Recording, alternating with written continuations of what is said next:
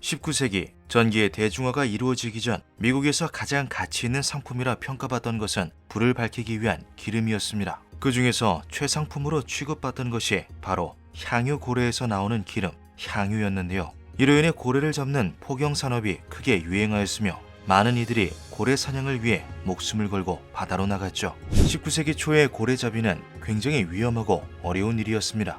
몇 주, 몇 달이고 망망대해를 돌아다니며 기약 없이 고래를 찾아다녀야 했는데요. 고래를 발견해도 정말 목숨을 담보로 사냥을 해야 했죠. 모선에 싣고 있던 고래잡이용 보트를 하선해 최대한 가까이 접근한 뒤 작사를 던져야 했는데 간혹 고래가 반격이라도 하면 보트에 타고 있던 인원들은 그 즉시 전멸이었습니다. 고래들은 성격이 온순하여 공격을 받아도 저항 없이 도망가는 경우가 대부분이었으나 가족을 지키려 한 성체 수컷 고래가 꼬리라도 한번 휘두르는 날에는 보트뿐 아니라 모선까지 위험한 경우가 많았죠. 작살로 고래를 맞추는 데 성공하면 고래가 지칠 때까지 따라다니다가 지쳐 움직이지 못하게 되고 나서야 모선으로 견인해 기름을 채취하는 방식이었습니다. 포경산업이 크게 성행하며 기존의 상선으로 운영되던 배들이 포경선으로 개조되는 경우도 많았습니다. 이는 1799년 진수된 상선 에식스호도 마찬가지였죠. 강도가 강하기로 유명한 화이트 오크로 만들어졌으며 배의 길이는 약 27m에 달했는데요. 일반적인 포경선보다는 작은 크기였지만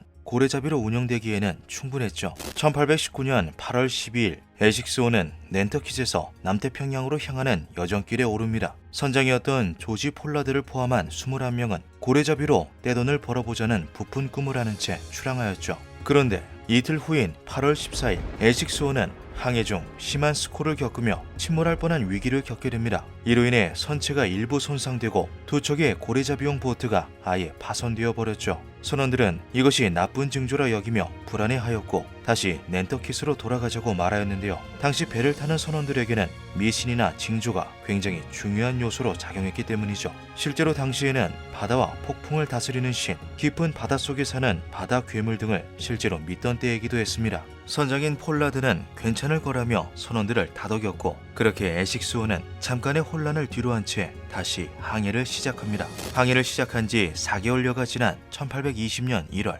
에식스호는 칠레 남부의 혼굿을 돌아 남태평양으로 진입합니다. 하지만 어째서인지 고래가 단 한 마리도 보이지 않았는데요. 이미 수많은 포경선들이 일대를 지나가며 무차별적으로 잡아들인 탓이었죠. 그렇게 시간은 더 흘러 같은 해 9월 에식스호는 정비를 위해 에콰도르의 아타카메스에 정차합니다. 폴라드는 그곳에서 한 가지 소문을 듣게 되는데요. 포경선들을 피해서 고래들이 자리 잡은 새로운 서식지가 있다는 것이었죠. 이곳은 해안과 굉장히 멀리 떨어진 곳이었고 주변의 섬에는 식인종들이 산다는 소문도 돌았지만 폴라드는 이곳으로의 여정을 강행하기로 합니다. 선원이었던 헨리 두잇이 도망을 가버려 배의 인원이 20명으로 한 명 줄어들기는 했지만 폴라드는 선원을 충당하지 않고서 다시 항해에 나섰죠. 1820년 10월 에식스호는 찰스 섬에서 식량으로 쓸 거북이를 잡아 배에 비축하며 마지막 정비를 마칩니다. 그리고 한 달여가 지난 11월 16일 해당 좌표에 도착한 그들은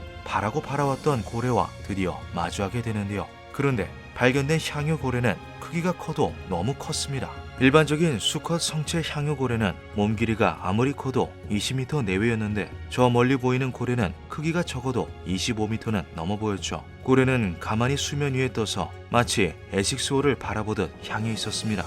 그리고 이를 보던 폴라드 선장은 자신이 익히 들어 알고 있던 소문 하나를 떠올립니다. 1800년대 초부터 칠레 남부의 모카섬 인근에서 목격되었다는 하얀 빛의 거대한 향유고래 모카딕이라는 별칭으로 불렸으며 포경업자들 사이에서 악명이 높았던 전설적인 고래. 모카딕은 그 성격과 특징이 여타 다른 고래들과는 확연히 달랐습니다. 포경선이 자신들을 잡아서 죽인다는 것을 아는 고래들은 배가 보이면 멀리서부터 도망을 가는 경우가 대부분이었는데요. 모카딕은 포경선을 보고서도 절대 도망가지 않았으며 오히려 맹렬하게 공격하였죠. 무리의 다른 고래들을 지켜주기 위해 꼬리 지느러미를 이용하여 작살로부터 보호해주기도 하였고 몸통 박치기로 보트를 아예 박살내버리기도 했습니다. 또한 일반적인 고래들이 물줄기를 그저 자연스러운 호흡 과정의 일부로 사용하는 반면 모카딕은 이를 공격으로 적극 활용, 일정한 간격을 두고서 수직으로 물줄기를 뿜어 물대포처럼 쓰기도 했죠. 모카딕의 소문을 접한 수많은 포경선들이 이를 잡기 위해 근방의 해안으로 몰려들었지만 빈손으로 돌아오거나 선원을 잃은 채 복귀하거나 때로는 아예 돌아오지 못하였습니다. 폴라드 선장은 그제서야 깨닫습니다. 자신의 앞에 있는 하얀 고래가 바로 모카딕이며 그것은 배를 바라보고 있는 것이 아니라 노려보고 있다는 것을 말이죠. 모카딕은 전속력으로 에식스호를 향해 돌진하였고 거대한 머리로 배를 그대로 들이받습니다. 큰 울림과 함께 선원들이 모두 비명을 지르며 넘어졌는데요. 200톤이 넘는 배와 부딪히고서 모카딕 역시 충격을 받았는지 그 자리에 가만히 떠 있었죠. 이내 정신을 차린 모카딕은 바닷속으로 잠수하여 몸을 감춥니다. 하지만 선원들이 안도의 한숨을 채 쉬기도 전 밑에서 솟구쳐 올라온 모카딕은 다시 한번 배를 들이받았고 에식스호는 산산조각이나 부서져 버립니다. 난파된 배를 붙잡고 가까스로 생존한 폴라드와 선원들은 무려 수개월 동안 바다를 표류합니다. 그들은 서로를 잡아먹으며 버티다가 20명 중 8명만 살아남아 구조되었죠. 이 소식은 모카딕의 유명세와 악명을 더더욱 높였고 더 많은 고래잡이 배들이 모카딕을 잡기 위해 칠레의 앞바다로 향했는데요. 모카딕은 때로는 영리하게 때로는 대담하게 행동하며 1838년까지 총 20척의 포경선을 파괴하고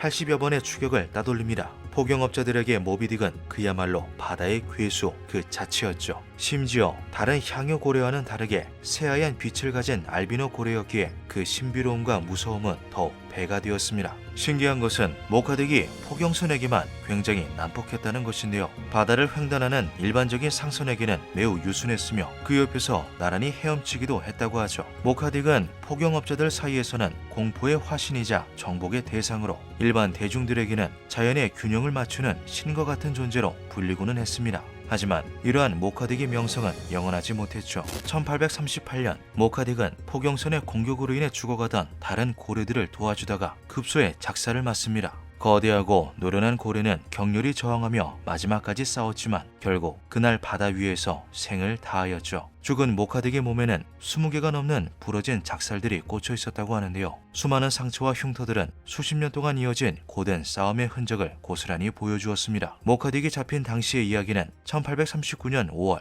뉴욕시의 인기 저널 니커보커 매거진에 실리기도 했는데요. 저널리스트인 제레미아 레이놀즈가 포경선에 타고 있던 1등 항해사를 인터뷰하고 실은 기사이죠. 추격자들과 100번의 싸움에서 승리한 이 괴물은 정말 엄청난 크기와 힘을 가진 늙은 황소 같은 녀석이었습니다. 양털처럼 새하얀 몸통을 가지고 있어 멀리서 보면 마치 거대한 구름이 수평선 위를 떠다니는 것 같았죠. 화가 나면 물속에서부터 솟구쳐 올라와 그 거대하고 육중한 몸을 공중에 띄우기도 했는데 그건 진짜 자연재해나 다름이 없었습니다. 하지만 우리의 리바이 어던이 모카딕이 무적이 아니란 것을 증명해냈습니다. 그 거대한 힘은 무너져 내렸고 바다는 진홍빛으로 물들었죠. 그 녀석의 머리에서는 무려 100배럴에 달하는 향유가 나왔습니다. 하지만 이상한 것은 모카딕이 잡혔다고 하는 1838년 이후로도 포경선을 부수는 흰색 고래에 대한 소문이 한참을 떠돌아다녔다는 것입니다. 바다에서 커다란 흰색 고래를 목격했다는 포경업자들 사이의 괴소문은 무려 1900년까지 이어졌죠. 놀라운 것은 1902년 포르투갈 아조레스 군도 인근에서 커다란 알비노 향유 고래가 또 한 번 잡혔다는 것인데요. 이빨의 개수로 가늠해본 결과 그 나이는 100살이 넘었을 거라고 추정되었죠. 향유 고래의 일반적인 수명은 70년 정도로 알려져 있습니다. 어쩌면 모카딕은 100년이 넘는 세월 동안 바다를 수호하며 포경선과 맞서 싸웠던 것은 아닐까요? 모카딕에 대한 이야기를 접한 소설가 허먼 멜빌은 그 놀랍고 장엄한 스토리에 매료됩니다. 그는 한때 고래잡이 일을 하던 선원이기도 했는데요. 이에 강한 영감을 받은 멜빌은 책을 한 권 써내려갑니다. 그것이 바로 서구 문학사를 대표하는 클래식이자 세계 100대 작품으로 선정되기도 한 모비딕이죠. 모카딕의 이야기는 2015년 영화 하트 오브 더 시로 개봉되기도 했습니다. 고래들의 수호자이자 포경선들의 천적이었던 모카딕은 죽고 난 후에도 문자로 영상으로 재탄생되어 현재까지도 불멸의 삶을 이어가고 있죠. 오, 세상에서 보기 드문 늙은 고래여, 그대의 집은 거센 비바람이 몰아치는 바다 한가운데. 힘센 거인이여, 그대는 끝없는 바다의 왕이로다. 기묘한 밤이었습니다.